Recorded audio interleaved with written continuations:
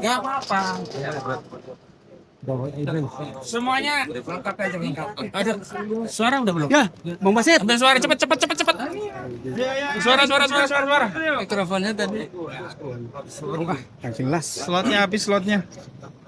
Oke, Langsung aja, Tat. langsung ya. Tengahnya mana tengahnya? Oke, saya buka nanti lanjutannya Bang Peters ya. Baik. Sorry aja deh. Baik. Basit mana sih? Oh, Bang Basit. Bismillahirrahmanirrahim. Assalamualaikum warahmatullahi wabarakatuh.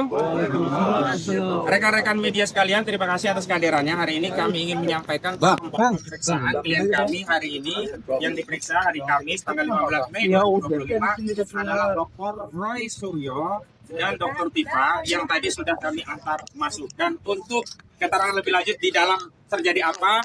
Saya mohonkan Bang Petrus Celestinus selaku koordinator litigasi dalam tim yang kami bentuk namanya tim anti kriminalisasi akademisi dan aktivis. Mohon Bang Petrus untuk disampaikan perkembangan tadi di dalam Pak. Ya. Terima kasih.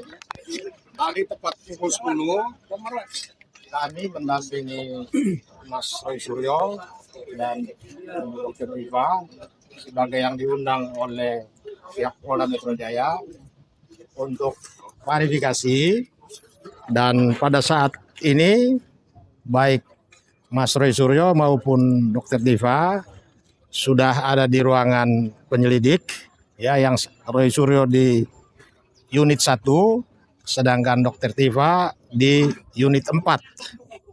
Mas Roy Suryo didampingi oleh penasihat hukum Pak Samsyar, sedangkan Dr. Diva didampingi oleh penasihat hukum Pak Herman Kadir. Dan nanti secara bergantian, karena tim yang akan mendampingi ini kan banyak sekali ya, ada sekitar 60 advokat yang mendampingi kedua rekan kita yang saat ini didengar keterangannya dalam rangka klarifikasi, dan keduanya sangat siap untuk memberikan klarifikasi dan juga akan meminta klarifikasi. Karena undangannya itu menyatakan undangan dalam rangka klarifikasi. Kalau bicara klarifikasi, maka yang mengundang juga harus mengklarifikasi apa saja yang mau didengar dari pihak kita, pihak yang dipanggil. Kemudian yang dipanggil juga bisa menanyakan hal apa saja kepada pihak yang memanggil terkait dengan undangan itu. Karena itu kan disebutkan sebuah peristiwa yang terjadi pada tanggal 26 Maret 2026. Baik Mas Roy maupun Dr. Diva tidak tahu peristiwa yang terjadi tanggal 26 Maret itu dari peristiwa apa. Karena itu dari klarifikasi nanti akan menjadi jelas apakah terkait dengan Dr. Diva dan Mas Roy atau tidak. Sehingga nanti akan jadi panjang ini karena persoalan tanggal 26 Maret 2025 itu menurut Mas Roy dan Dr. Diva tidak ada hubungan dengan peristiwa apapun, apalagi dihubungkan dengan sebuah peristiwa pidana. Nah, ini yang akan kita dengarkan setelah klarifikasi hari ini. Nah, yang kedua memang agak aneh karena yang seharusnya diklarifikasi itu pihak pelapor. Laporannya tanggal 30 April, tetapi tanggal 5 sudah ada panggilan untuk klarifikasi kepada pihak yang disebut-sebut sebagai terlapor. Karena yang disebut sebagai terlapor ini diumumkan dengan nama inisial, sehingga baik Dr. Diva maupun Mas Roy Suryo juga belum tahu apakah mereka ada dalam posisi sebagai pihak yang dilaporkan atau mereka di luar itu. Ini juga belum jelas. Jadi klarifikasi ini masih sangat mentah ya, masih sangat cair. Dan kita juga minta kepada pihak penyelidik, karena undangannya klarifikasi, kita tidak mau sampai bertele-tele sampai tengah malam. Kita batasi, kita minta jam 5. Karena baik Mas Roy maupun Dr. Diva juga punya kesibukan lain yang mungkin jauh lebih penting dari persoalan ini. Apalagi laporannya tentang pencemaran nama baik, itu bukan kepentingan umum, tapi adalah kepentingan pribadi yang melapor, yaitu siapa? Joko Widodo. Jadi kita juga minta penyelidik juga memahami ini. Pemeriksaan hari ini karena menyangkut pencemaran nama baik seseorang, maka itu bukan kepentingan umum. apalagi dalam rangka klarifikasi, ya kita sepakati pemeriksaannya jangan sampai bertele-tele dan sampai larut malam. Kecuali sudah dipanggil sebagai saksi atau misalnya dalam rangka memeriksa seseorang sebagai tersangka, ya silakan aja, mereka kadang-kadang bisa sampai 20 jam ya. Walaupun itu juga sudah melanggar HAM. Kira-kira itu dari saya. Baik, tambahan nggak, kenapa kami tegaskan bahwa ya klarifikasi itu dibatasi waktu tertentu. Kami belajar dari pemeriksaan klien kami yang lalu, hari kemarin Rabu, ini Saudara Rizal Fadila dan Kurnia Triani, diperiksa dari jam 10 sampai jam 10 malam, yang satunya jam setengah 11 sampai jam 11 malam. Ini tentu saja sangat melelahkan, apalagi klien kami Bung Rizal Fadila itu sedang kondisi sakit karena kecelakaan. Jadi itu yang jadi atensi. Dan alhamdulillah di tengah kita ada dua tokoh, pertama Bang Refli dan dua Bang Marwan. Silakan Bang, tanggapannya terhadap kasus ini. Bang Marwan dulu. Ya, makasih Mas Ozi. Saya kira soal kesewenang-wenangan dari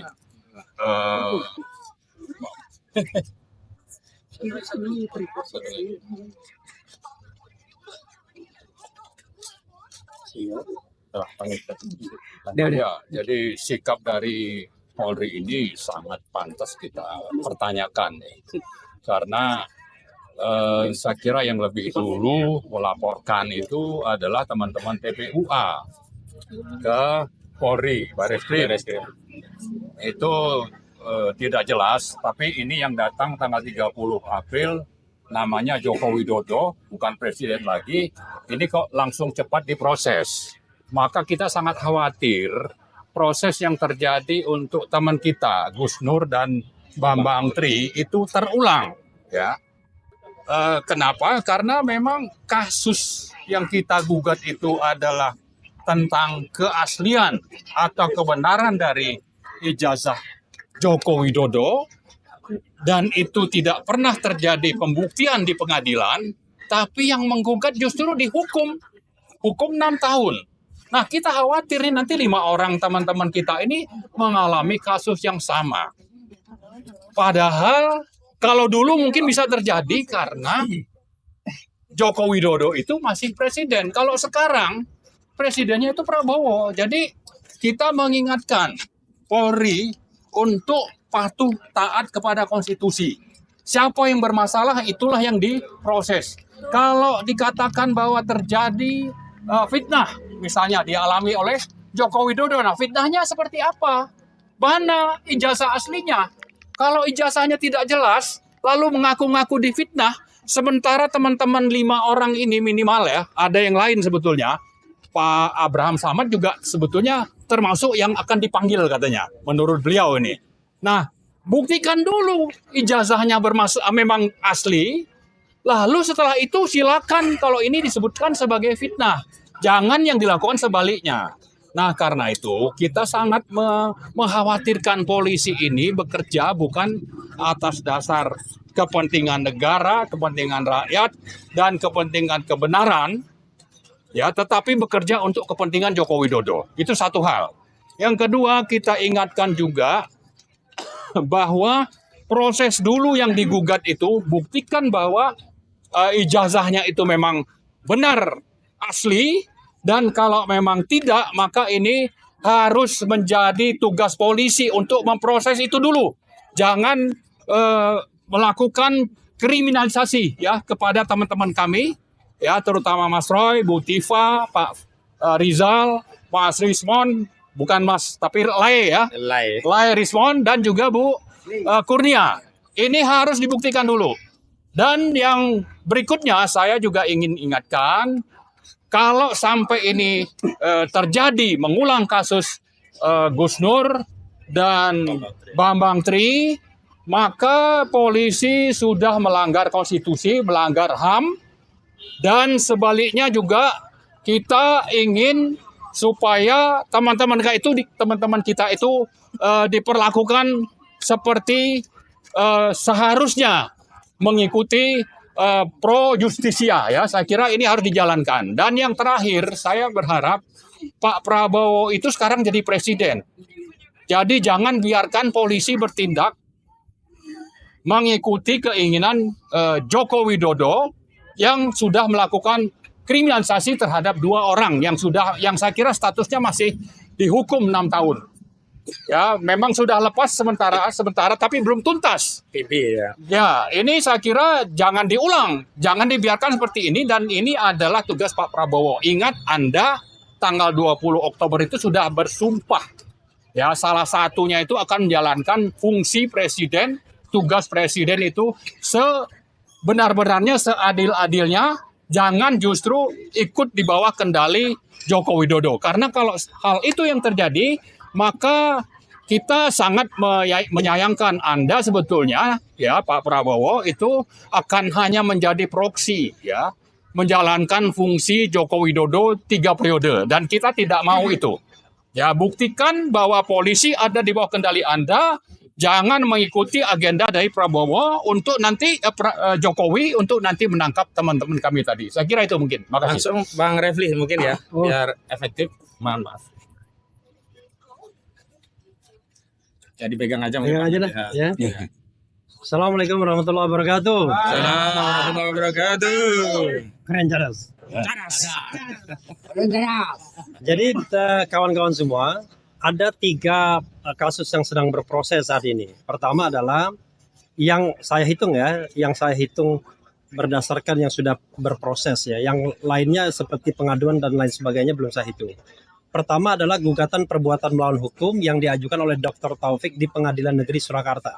Itu 1. Yang kedua adalah laporan TPUA yang diwakili oleh Profesor Egy Sujana yang sudah dilaporkan tanggal 9 Desember 2024 dan baru diproses setelah Joko Widodo melaporkan lapor balik lah, kira-kira begitu. Kemudian yang ketiga adalah laporan pencemaran nama baik atau fitnah yang dilakukan oleh orang-orang tertentu menurut Joko Widodo. Nah, kalau menurut aturan yang ada ya, Perma nomor 1 1956 sebagaimana sering kita bahas juga, seharusnya yang harus diselesaikan itu adalah yang terkait dengan apakah ijazah Jokowi itu asli atau tidak? Apakah Jokowi mendapatkan ijazah dengan prosedur yang benar atau tidak? Nah, itu sesungguhnya bisa dipastikan di peradilan perdatanya di Pengadilan Negeri Surakarta, itu perbuatan melawan hukum. Persoalannya adalah sepertinya Jokowi menghindar dari peradilan tersebut. Padahal dia mengatakan akan menghadirkan ijazahnya kalau seandainya diperintahkan oleh pengadilan. Ketika mediasi mereka tidak mau menampilkan ijazahnya. Bahkan ijazahnya sekarang konon adanya di Bareskrim Mabes Polri. Itu 1. Yang kedua, ada undang-undang tentang perlindungan saksi dan korban, kawan-kawan semua, pasal 10 ya, yang mengatakan kalau ada misalnya tindak pidana atau dugaan tindak pidana pemalsuan dokumen dalam kasus konkret dan kemudian ada laporan pencemaran nama baik yang dilakukan oleh orang yang dianggap melaporkan tersebut, maka yang harus didahulukan adalah laporan tentang ada dugaan tindak pidana pemalsuan dokumen atau ijazah palsu. Nah, ini terbalik. Yang cepat itu adalah pencemaran nama baik dan fitnahnya. Padahal kita tahu bahwa pencemaran dan nama baik jadi relevan kalau seandainya ijazah palsunya tidak terbukti. Tapi kalau terbukti kan tidak relevan lagi. Itu 1. Nah, yang kedua yang ingin saya jelaskan juga adalah kalau saya lihat ya sebagai orang hukum menganalisis, sebenarnya tidak ada pasal yang relevan yang bisa dikenakan kepada baik Roy Suryo, Dr. Tifa maupun calon-calon yang disebut lainnya. Kan yang disebut itu RS, ES, kemudian T dan K. Kenapa? Kalau kita menggunakan pasal KUHP misalnya, perlu dipahami bahwa Roy Suryo dan Dr. Tifa ini bertindak untuk kepentingan publik, bukan untuk kepentingan pribadi. Karena itu nggak boleh dikriminalkan. Kalau menggunakan pasal 27A Undang-Undang ITE, sebagaimana disebutkan, maka Roy Suryo dan Tifa juga harus bebas dan teman-teman, karena Jokowi masih menjadi pejabat publik. Putusan MK terakhir mengatakan bahwa kalau dia pejabat publik tidak boleh mengadukan. Karena ini adalah negara demokrasi, ini adalah bagian dari kontrol publik. Yang ketiga, pasal 32 dan 35 Undang-Undang ITE yang sanksi hukumnya 8 tahun untuk Undang-Undang 32, 12 tahun untuk Undang-Undang 35, itu tidak relevan diterapkan kepada baik Dr. Tifa maupun yang lainnya. Karena itu adalah bagaimana mengoprak-aprik data elektronik seolah-olah jadi asli dan lain sebagainya. Justru orang yang mengupload itu yang seharusnya dipermasalahkan. karena saya melihat tidak ada yang relevan seharusnya, maka ini tidak perlu diproses. Itu pendapat saya. Nah, lagi pula ternyata dari informasi yang saya dapatkan, ini tidak jelas siapa yang dilaporkan sampai hari ini.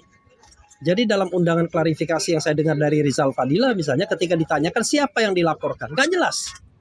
Sementara kuasa hukum hanya menyebut RS, ES, T, dan K. Tetapi tidak secara eksplisit. Seharusnya diklarifikasi dulu kepada pelapor, Anda mau melaporkan siapa? Lokus deliktinya di mana? Tempus deliktinya di mana? Kalau sudah clear, barulah ngundang pihak-pihak lain. Entah itu yang diperkirakan akan dijadikan tersangka, entah itu jadi saksi dan lain sebagainya. Ini seolah-olah, di terakhir dari saya, seolah-olah belanja masalah dulu. Cari, dapatkan info. Nah, Nanti cari lemahnya di mana. Lemahnya di mana, baru kita tersangkakan. Nah, ini kan penegakan hukum yang tidak fair menurut saya ya. Karena kita bicara mengenai prinsip equality before the law. Dan fungsi polisi, penegak hukum sebagai pelindung dan pengayom masyarakat, Kamtibmas dan penegakan hukum yang benar dan adil. Jadi bukan alat untuk kriminalisasi atau alat untuk penguasa menginginkan hasratnya terpenuhi. Apalagi kalau misalnya pokoknya dia harus masuk gitu kan. Saya dengar itu dari misalnya pendukung-pendukungnya. Masuk, pokoknya tidak mau tahu. Nah, ini kan cara penegakan hukum yang menurut saya tidak benar, dan seharusnya Prabowo Subianto tidak boleh lagi mengulangi tragedi ini di era pemerintahan presiden sebelumnya. Kita tahu ada Syahganda Nenggolan, ada Anton Permana, Habib Rizik, Habib Bahar, kemudian ada Jumhur Hidayat, Bunda Mary itu ada juga. Edi Mulyadi. Ini orang-orang yang dikriminalisasi bukan karena melakukan kejahatan seperti garong, rampok, korupsi dan lain sebagainya, tetapi karena berpendapat. Makanya kalau orang berpendapat kemudian bisa dikriminalisasi dan kemudian bisa divonis, maka negara kita adalah negara yang sontoloyo. Wassalamualaikum warahmatullahi wabarakatuh.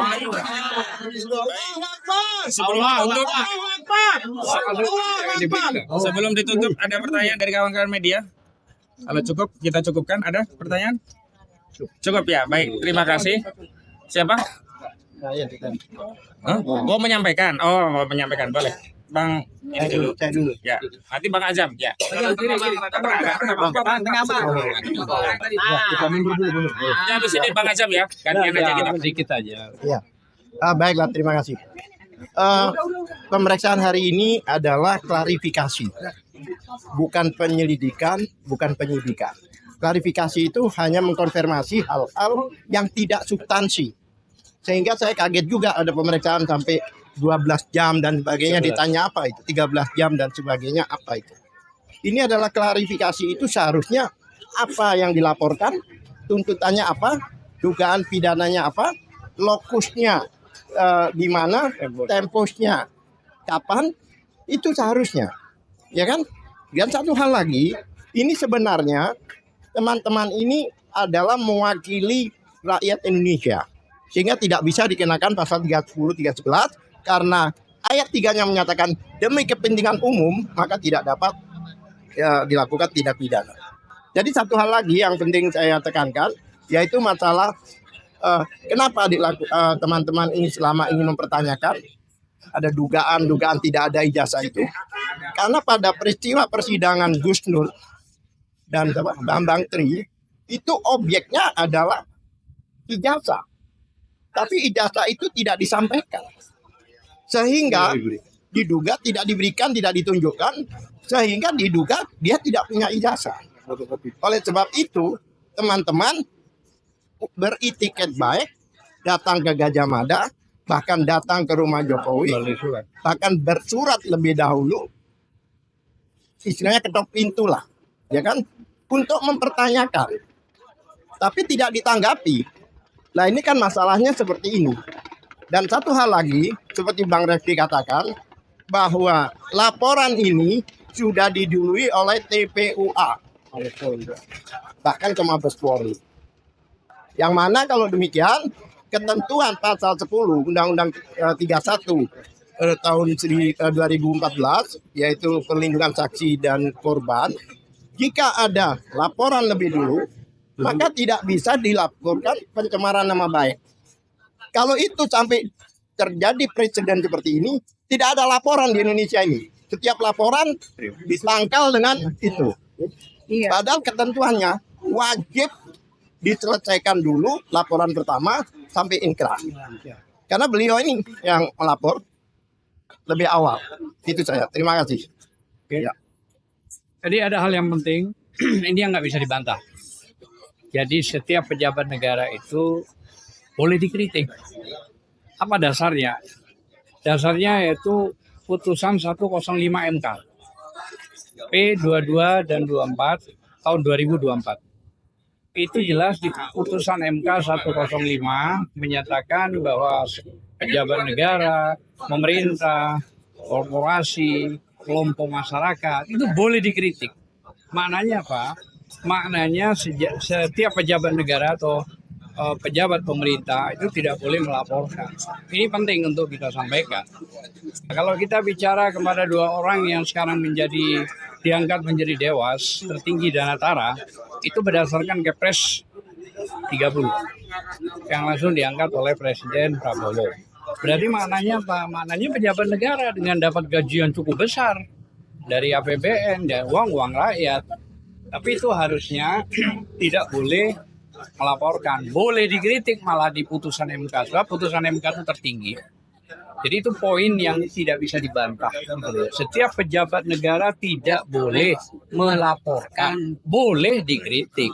Ya, memang penjelasan tidak ada penjelasan untuk tidak boleh melaporkan, tapi boleh dikritik. Boleh dikritik maknanya berarti pejabat tersebut itu ya harus menerima dong dikritik, kan begitu. Apalagi kalau kita bicara soal masalah sekarang ini yang terjadi, bayangkan aja mulai dari wali kota 10 tahun, 2 tahun gubernur, 10 tahun presiden, kan mendapatkan fasilitas yang cukup fantastik. Kenapa sih rakyat minta untuk tidak ditunjukkan, kok malah ditunjukkan kepada wartawan yang tidak boleh juga difoto, ya kan? Ada saat bilang, nah, kalau kami itu kan memberikan surat secara resmi loh ya, suratnya ke UGM, termasuk ke rumah Yellow gitu. Jadi itu yang paling penting. Saya tidak tahu polemik apapun, silahkan diperiksa. Namun kalau saya bisa menjelaskan, klarifikasi itu tidak diatur di KUHP. Tapi kita menghormati. Tetap menghormati kita untuk mengikuti proses. Nggak apa-apa. Selama tidak ada kriminalisasi. Mungkin itu yang bisa saya berikan. Terima kasih. Assalamualaikum. Ini siapa nih Bang? Oke, terima kasih sudah ya. Bang Khalid kali. Iya, Bang Khalid. Ya, terima kasih. Paling kalau saya hanya bersudut pandang sebagai rakyat ya, sebagai rakyat petani, sebagai rakyat nelayan. Pak Presiden, saya tahu ini Pak Presiden kan itu namanya Pak Prabowo, presidennya saat ini. Kok ini kasus ijazah palsu ini seperti rakyat ini sedang menghadapi kekuatan besar gitu. Hal yang sepele yang menurut saya cuman ijazah saja, tinggal ditunjukkan selesai. Kok ini seperti berputar-putar, berlarut-larut, bertahun-tahun. Ini kayak apa kok? Saya sebagai rakyat kecil ngelihatnya malu amat ini negara seperti ini gitu. Udah sih Pak, sudahilah. Malu sama negara-negara lain, sudahi udah. Masa orang-orang udah ngomong planet Mars segala macam, kita masih ngurusin masalah ini. Udah, yang jujur, yang adil. Udah, tolong Pak Kapolrinya tuh diomong Pak Presiden. Harus benar, harus jujur, harus adil. Jangan panjang-panjang lagi, lika-liku berdrama lagi, bersandiwara lagi. Tolonglah, kita juga sebagai rakyat malu ngelihatnya. Iya. Malu, biar rakyat ini tentrem, yang cari ikan, tentrem nyari ikan. Yang nanam padi, tentrem nanam padi. Iya. Masih banyak hal yang harus kita lakukan buat yang negara besar. kita ini, negara besar ini. Masa urusan ini bertele-tele, tolong sudahilah Pak. Ya, mohon ini mah dari rakyat kecil ini mah.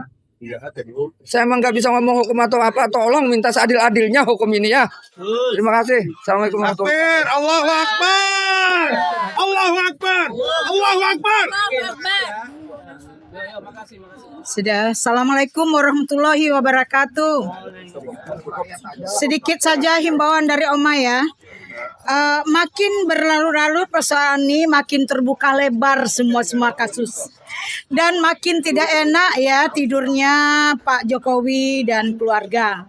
Jadi kalau cepat diselesaikan, sportif, jadi tidurnya juga enak dan tidak ada masalah polemik-polemik di dalam negara seperti ini. Kita jadi ya tadi malu, urusan kecil kok nggak selesai-selesai. Padahal banyak urusan yang besar yang harus diselesaikan. Negara kita masih banyak masalah. Ya sangat kritis negara kita ini. Apalagi dalam ekonomi. Ya pajak dan segala macam. Nah ditambah ini nggak selesai-selesai. Jadi mohon sportif lah. Tunjukkanlah ijazah itu. Kalau benar ini makin lama makin tidak ditunjukkan. Makin berprasangka yang macam-macam rakyatnya. Orang bodoh pun masih akan bisa ngomong dan berpemikiran macam-macam. Jadi itu saja, selesaikanlah dengan baik, tunjukkanlah. Kalau itu benar adanya, tunjukkan. Kalau begini kan orang akan berpaduga macam-macam. Bapak tidak akan enak tidurnya sekeluarga. Dan kami pun rakyat menjadi resah. Karena harusnya pemerintah sekarang, presiden sekarang menyelesaikan persoalan yang lain yang lebih banyak. Ya ini tambah rumit. Itu saja tambahan dari Oma. Assalamualaikum warahmatullahi wabarakatuh.